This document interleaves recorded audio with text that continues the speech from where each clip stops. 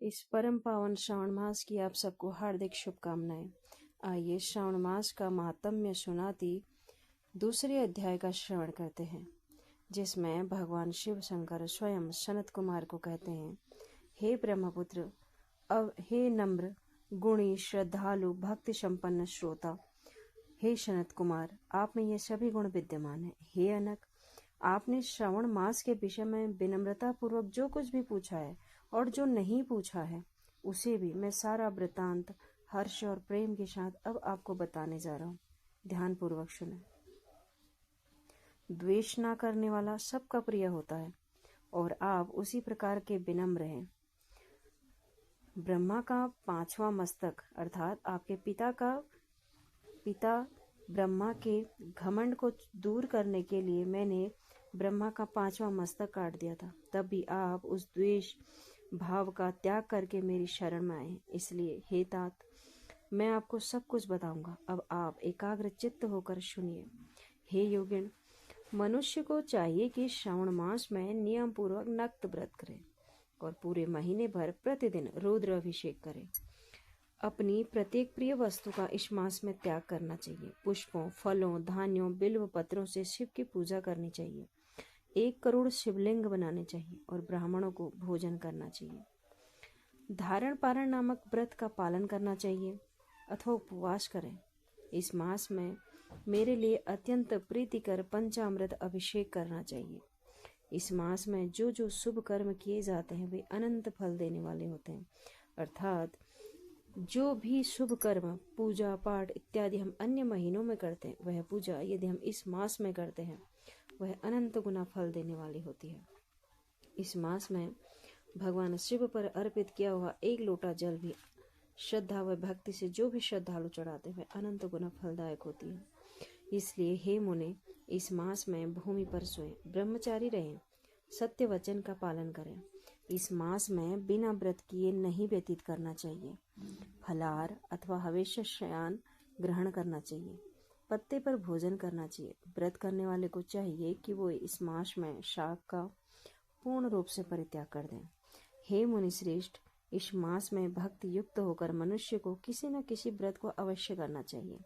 सदाचार पारायण करना चाहिए। भूमि पर शयन करने वाला, प्रातः स्नान करने वाला, जितेंद्रिय मन होकर मनुष्य एकाग्र किए गए मन से प्रतिदिन मेरी पूजा करनी चाहिए। अर्थात यदि हम व्रत नहीं भी करते हैं तो हमें एकाग्र चित्त होकर धर्म पारायण प्रातः स्नान कर भगवान शिव की पूजा करनी चाहिए। इस मास में किया गया पुरुष चरण निश्चित रूप से मंत्रों की सिद्धि करने वाला होता है। इस मास में शिव के षडाक्षर मंत्र का जप अथवा गायत्री मंत्र का जप करना चाहिए। शिव जी की प्रदक्षिणा, नमस्कार, वेद पारायण करना चाहिए।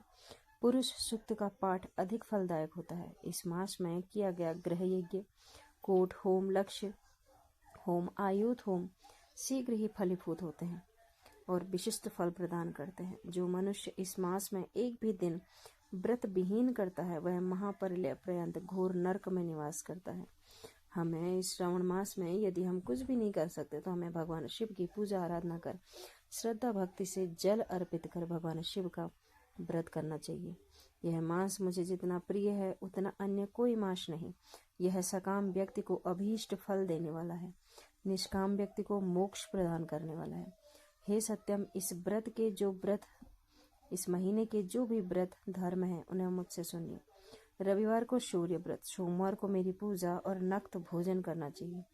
श्रावण के प्रथम सोमवार से आरंभ करके 3.5 महीने तक रोटक नामक व्रत किया जाता है, जो सभी वांछित फल प्रदान करने वाला है। मंगलवार को मंगला गौरी का व्रत, बुध को बुध और बृहस्पति का व्रत, शुक्रवार को जीवंती का व्रत तथा शनिवार को हनुमान तथा नरसिम्हा का व्रत का बताया गया है।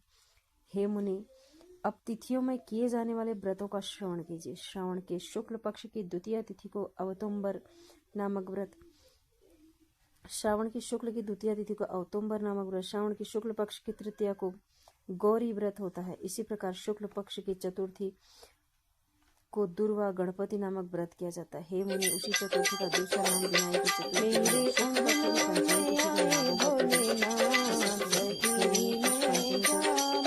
कल्पादि नाम से जाना जाता